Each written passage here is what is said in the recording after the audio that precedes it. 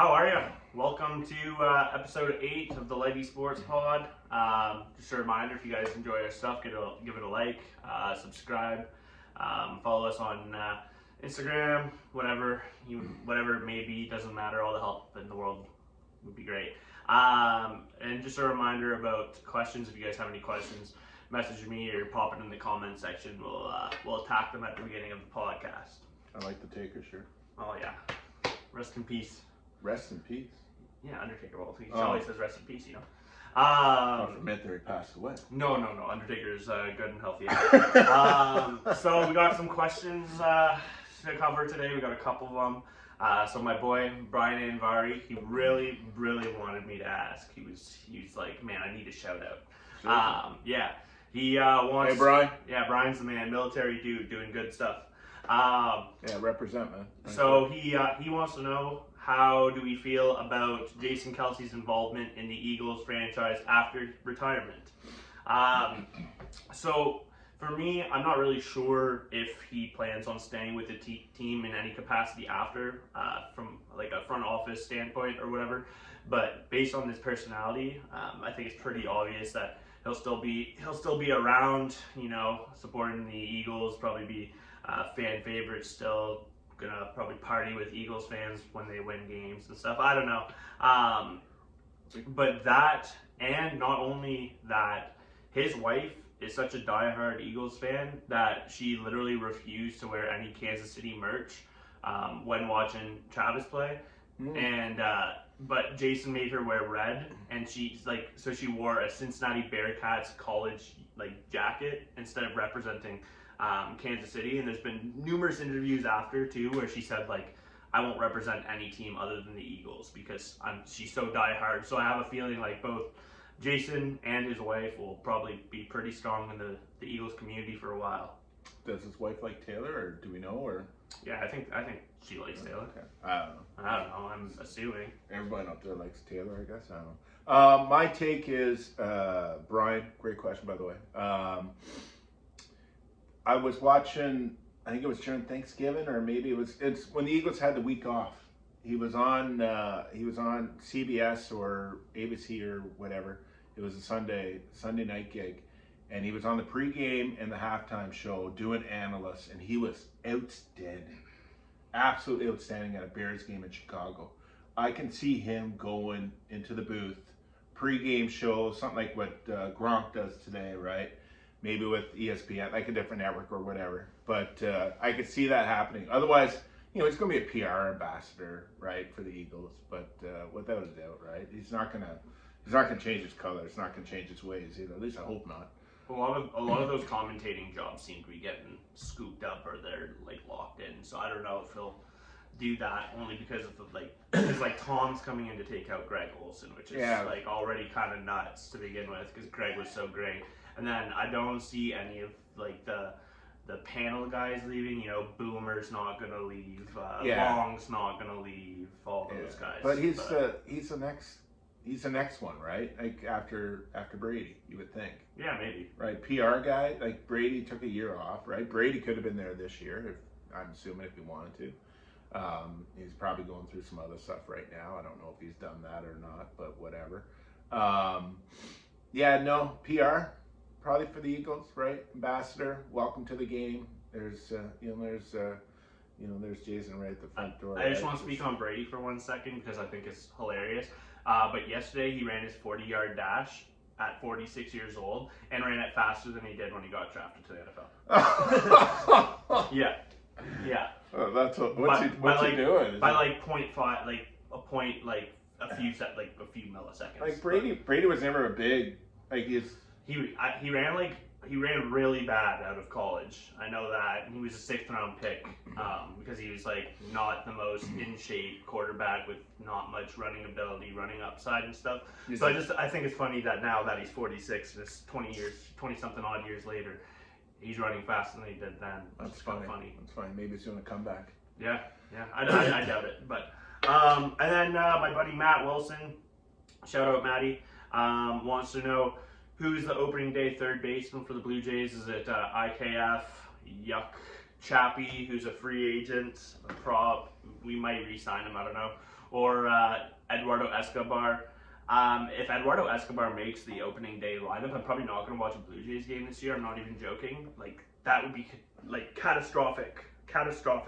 That guy's playing any amount of games on a team that wants to be destined for a playoff game. Like, that's brutal. So right now, to me, it's probably IKF.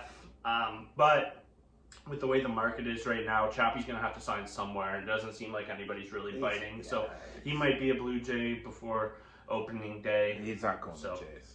I don't know. I could see it still. I could see it happening. I could see him coming back to the Jays. Well, man, nobody's willing to dish out any money, especially at this point in the offseason. He's going to have to sign somewhere. The Blue Jays have a definite need at third base. If we're talking about Isaiah Kiner-Falefa and Eduardo Escobar right now. Yeah, both of them were in New York last year, right? Both of them were bad. Both of them, one with the Yankees. What about Calvin Biggio, maybe? Espinosa? I don't think Espinal's going to make the opening day roster. I think he's going to get traded, honestly. Yeah. I think David he's Schneider... going to get traded? Yeah, for nothing. For, like, not much. Like, very minimal. He was bad last year. I know. He was good 2 years ago. He was on the All-Star team 2 years ago. But if you look at his numbers going into that All-Star game, he was there because... Well, he was there as an injury replacement anyway. I would have no problem losing Santi. Yeah. Biggio will probably play second base and third base, and outfield he'll be all over the place, even first base. I don't think, like, I was looking yesterday, What about the kid there? The young lad.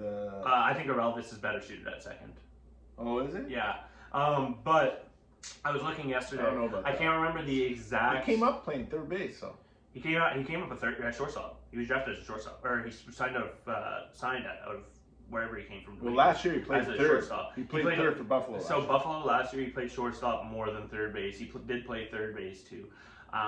He was originally a shortstop prospect. He's played second base in spring. That's where they've been looking at him for the most part. But I did look yesterday. I don't have them memorized. I don't have the numbers memorized. But as far as percentile arm strength from third base, the only one, other than Chappie obviously has a cannon, the only guy that maybe will play third base that has a positive arm is IKF. And it was he had like a 55 percentile, which still is barely above average. I know Biggio, Espinal, both had terrible arm strength, especially from third. Yeah. Like Biggio is at second base, but I don't like him with his arm at third base. Eduardo Escobar, again, like I don't need to talk about his arm strength because I don't imagine he's playing any baseball, and if he is, I'm not watching. Anyways, thank you, Matt, for that question. Anything else you want to add, or? No, I know I brought it up 4 weeks ago. I'd love to see the arm speed of Laddie back at third. I know it's never gonna happen, but won't ever happen. He's got a cannon for an arm. He's got a Gold Glove at first, though. You can't go from there to a place where he was bad before. I know. I'm just saying, like, you put it. He was 18, 7, 8. I really like Chappie at third. Oh yeah, he's up there because he covers so much ground. Like if Bo can't cover ground to his right, Chappie's going to be there with how good he is. Jays are going to sign a pitcher before they sign Chappie. No. They'll sign Chappie before they sign a pitcher. 100%. If they're signing any pitchers this late in the offseason, it'll be like guys that are coming to camp to maybe be like depth. Like they'll sign AAA starting pitchers and stuff like that, but I don't imagine they'll sign like an actual guy for their top. Clevenger, Montgomery. Won't happen. Won't happen. Are we going to talk about Alec? Oh no. I mean, oh my God. Do not be a right-handed bat against this guy. Look, he struggled. Yes. No, listen to me. Did he hit 3, 4, Bro, yes, 5? he hit 3 guys. 3? Okay? Yeah, listen to me though. This guy hasn't pitched in a year. Okay, it's his first start in spring training. He's also getting used to a lower. He's also getting used to a lower weight with increased velocity. His velocity was up from what it was last year.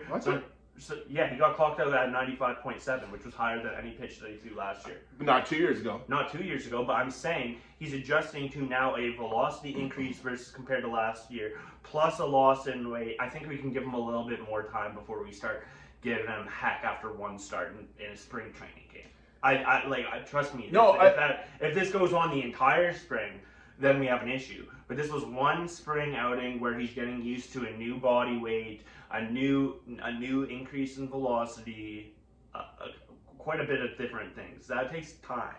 It takes time. He's got to be back. When's he pitch again? This weekend, Saturday? Yeah. So probably be prime time on Sportsnet. Watch him hit every right-handed batter. I don't know. I think You hit left, right? You're safe. Yeah. I hit right. Yeah.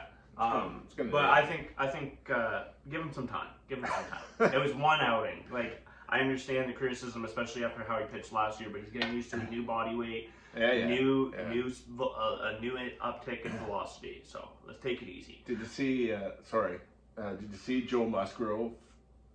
Yeah. No. He's had 2 starts. He's given up 9 runs. He only has 1 out. Oh. I know he was hurt most of the year last year. That's an adjustment probably for him too. Ooh.